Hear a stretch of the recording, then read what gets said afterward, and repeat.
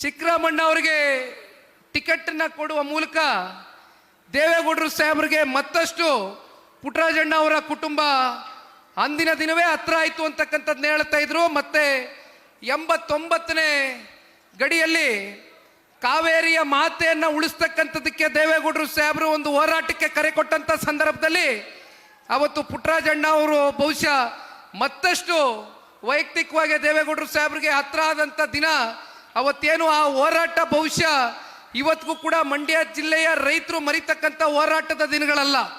ಅಂಥ ದಿನಗಳಲ್ಲಿ ಸನ್ಮಾನ್ಯ ಪುಟ್ಟರಾಜಣ್ಣ ಅವರು ದೇವೇಗೌಡರ ಜೊತೆಯಲ್ಲಿ ನಿಂತು 100 ಲಾರಿಗಳನ್ನ ಕಳಿಸ್ಕೊಟ್ಟಂಥದ್ದು ಆ ಒಂದು ಹೋರಾಟಕ್ಕೆ ಯಾವಾಗಲೂ ಕೂಡ ನಮಗೆ ವಿಚಾರವನ್ನು ಹೇಳ್ತಾ ಇರ್ತಾರೆ. ಹಾಗಾಗಿ ಇದು ಕೇವಲ ಪುಟ್ಟರಾಜಣ್ಣ ಅವರು ಮತ್ತು ದೇವೇಗೌಡರ ಕುಟುಂಬದ ಸಂಬಂಧ, ಇದು ರಾಜಕೀಯಕ್ಕೆ ಸೀಮಿತವಾಗಿರ್ತಕ್ಕಂಥ ಸಂಬಂಧ ಅಲ್ಲ. ಈ ಒಂದು ಸಂಬಂಧ ಬಹಳ ಗಟ್ಟಿಯಾಗಿ ನೆಲೆ ಊರಿರ್ತಕ್ಕಂಥ ಸಂಬಂಧ. ಈ ಸಂಬಂಧಕ್ಕೆ ಬಹುಶಃ ಯಾರು ಕೂಡ ಬೆಲೆ ಕಟ್ಟಲಿಕ್ಕೆ ಆಗೋದಿಲ್ಲ.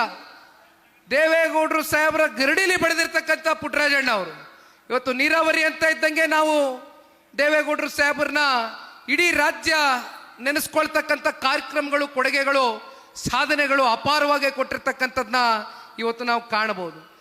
ಅದೇ ಪುಟ್ಟರಾಜಣ್ಣ ಅವರು ಸಣ್ಣ ನೀರಾವರಿ ಮಂತ್ರಿಗಳಾದಂಥ ಸಂದರ್ಭದಲ್ಲಿ ಕ್ಷೇತ್ರದಲ್ಲಿ ಇಲ್ಲಿ ಪತ್ರಿಕೆಗಳಲ್ಲಿ ದೊಡ್ಡ ದೊಡ್ಡ 3-4 ಪುಟಗಳು ಇವತ್ತು ಬರೆದಿರ್ತಕ್ಕಂಥದ್ದನ್ನ ನೋಡ್ತಾ ಇದ್ದೇವೆ.